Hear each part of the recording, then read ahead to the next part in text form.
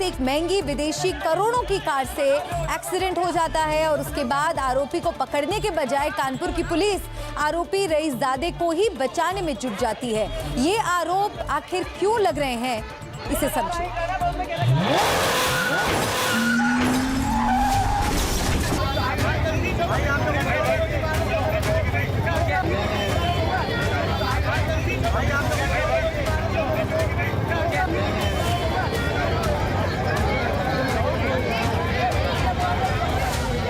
यही वो कार है जो इस समय कानपुर से लेकर समूचे हिंदुस्तान में चर्चा का विषय बनी है और इसके साथ चर्चा में है वो रईसजादा जो इसे चला रहा था, जिसका नाम है शिवम मिश्रा।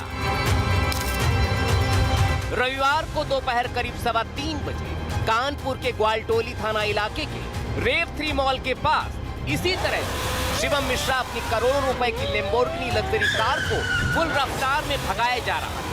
आरोप है कि शिवम मिश्रा नशे में था और उसी नशे में उसकी कार बेकाबू हो गई, जिससे पहले एक ऑटो रिक्शा और उसके बाद बुलेट पर बैठे एक शख्स को जोरदार टक्कर मारी और फिर आगे जाकर एक पोल से टकरा कर रुक गई। उसके बाद तो वहाँ हाहाकार मच गया, क्योंकि रईसजादे की रफ्तार वाली हरकत से 3 लोग घायल हो चुके थे। वहाँ रोना पिटना मच गया। बुलेट तो कार के नीचे ही दब गई। हम लोग जा रहे थे ऑटो में, ऑटो मार दी मेरे, जंगल टेढ़ा हो गया, इतनी महंगी गाड़ी ली है। हम फुटपाथ के किनारे पे खड़े हुए थे, गाड़ी आई, टक्कर हो गई। चश्मदीदों को आपने सुना, वो हादसे की पूरी कहानी बयां कर रहे हैं, बता रहे हैं कि कैसे शिवम मिश्रा ने कार से लोगों को कुचल डाला, लेकिन पुलिस को ये सब सुनाई नहीं दिया और ना ही उन्हें कुछ दिखाई दिया। उन्हें पता ही नहीं चला कि आखिर एक्सीडेंट किसने किया। उन्हें अब तक मालूम ही नहीं है कि कार में कौन कौन बैठा था, ड्राइविंग सीट पर कौन था। हम ऐसा क्यों कह रहे हैं, तो उसके पीछे है लैम्बोर्गिनी टक्कर कांड पर कानपुर पुलिस की दर्ज की गई FIR।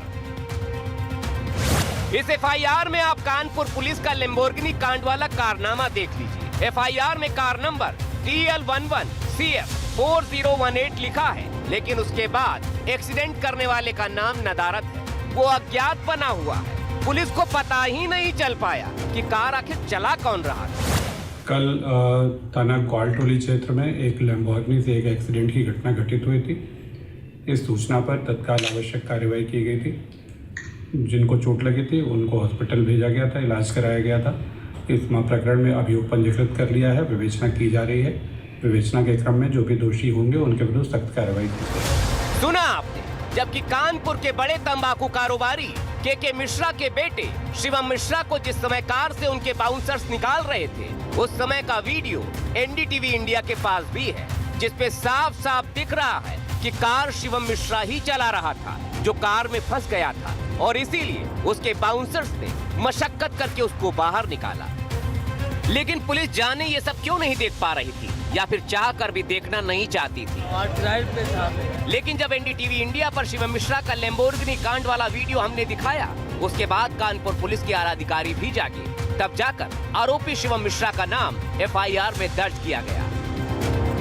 जो एक्सीडेंट होने के बाद उसको उनके जो बाउंसर थे 2 लड़के, उन्होंने उनको बाहर निकाला है गाड़ी से और उनको ये बताया गया है कि उनका कोई मेडिकल इश्यू था, तो उनको भी प्राथमिक उपचार के लिए भेजा गया है और एक्सीडेंट का अभियोग पंजीकृत करने के बाद अब उनका नाम उनका सामने आ गया है। आगे सारी विधिक कार्रवाई की जाएगी। शिवम मिश्रा के खिलाफ क्या मुकदमा लिखा जा रहा है? पहले जो है, क्योंकि जो तौफीक थे उनके द्वारा नाम नहीं बताया गया था, तो एक्सीडेंट का मुकदमा पंजीकृत हो गया था। हमारी जांच में ये पता लगा कि जो चालक है वो शिवम मिश्रा है और अब उनका नाम प्रकाश में आ गया। देर आए दुरुस्त आए, लेकिन रईसजादे के एक्सीडेंट कांड में पुलिस के कारनामे का कमाल यही खत्म नहीं होता। इस कांड को इससे भी कहीं आगे ले जाने की कोशिश की गई, जिस पर अब कानपुर पुलिस की लानत बलानत हो रही है। अभी भी सवाल उठ रहे हैं। अब सवाल ये भी उठता है कि आखिर पुलिस ने FIR में आरोपी शिवम मिश्रा का नाम पहले क्यों दर्ज नहीं किया? क्या रसूखदार लोगों के सामने आम आदमी की शिकायत के कोई मायने नहीं? इतना ही नहीं, एक्सीडेंट के बाद पुलिस ने ऐसा कुछ और भी किया जिसकी वजह से वो सवालों के घेरे में है। सवाल ये है कि क्या उनके ऊपर कोई दबाव था? अगर दबाव था या है तो किसका? अन्यथा आरोपी का नाम FIR में पहले दर्ज क्यों नहीं हुआ?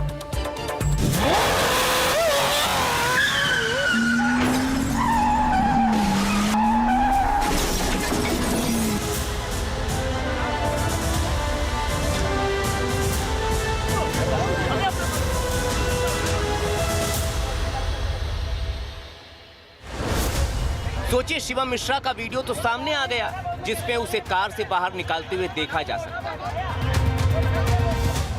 यही वो करोड़ों की लैम्बोर्गिनी कार है जो जिधर से भी गुजरती है चर्चा का विषय बन जाती है। तो यहाँ तो इसने एक्सीडेंट ही कर दिया। यहाँ काली वर्दी में शिवम मिश्रा के 4 बाउंसर्स आप साफ देख सकते हैं। ये 1, 2, 3 और 4। इनमें से एक बाउंसर पहले शिवम मिश्रा को कार से बाहर निकालता है और उसके बाद 2 बाउंसर उसे हाथों में उठाकर दूसरी कार में शिफ्ट करते नजर आ रहे हैं।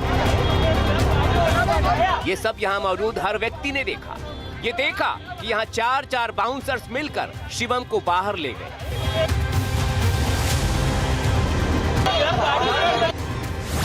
लेकिन पुलिस को ये सब दिखाई पहले क्यों नहीं पड़ा? नहीं देखा तो क्या किसी से पूछा भी नहीं था कि कार कौन चला रहा था? क्या किसी का बयान दर्ज किया या नहीं? लेकिन कैमरा सब देख रहा था, सब रिकॉर्ड हो गया। कमाल की बात तो यह है कि पहले पुलिस ने शिवम मिश्रा को छोड़ दिया था। यह भी खबर आई कि पुलिस ने उसे तबीयत खराब होने की बात कहकर छोड़ा था, लेकिन अब उसी आरोपी को पकड़ने, पूछताछ करने के लिए कानपुर में उसके घर पहुंच गई ताकि आरोपी को पकड़ा जा सके। लेकिन आरोपी अब भला कहां मिलता? वो फरार हो चुका है। शिवम मिश्रा अपने घर पर मिला ही नहीं। मैं उनके घर के सामने हूं और यहां पर भी उनके बारे में कोई जानकारी नहीं मिल पा रही कि आखिर शिवम मिश्रा कहां पर हैं। यहां पर जो सुरक्षा गार्ड हैं उनके मुताबिक उन्हें पता नहीं है कि शिवम मिश्रा या उनके पिता के मिश्रा कहां पर हैं। एक बार फिर कोशिश करता हूं, कोई जानकारी है शिवम मिश्रा कहां पर है? नहीं पता। लेकिन पुलिस पर सवाल सिर्फ इतना ही नहीं है। पुलिस पर सवाल ग्वालटोली थाने के अंदर भी उठे जब पुलिस ने थाने में पहुंचाई गई लैम्बोर्गिनी को ढकने की कोशिश की। बाकायदा उसे ढक दिया गया। हालांकि लोग विरोध करते रहे। कार का कवर ढकने की खबर भी जब हमने आपको एनडीटीवी पर दिखाई तो पुलिस के आला अधिकारी फिर से जागे। उन्होंने कार से कवर हटवा दिया। सवाल ये उठता है कि एक्सीडेंट की जाने वाली कार को आखिर क्यों ढका गया? किसके कहने पर ढका गया? किस नियम के तहत ढका गया?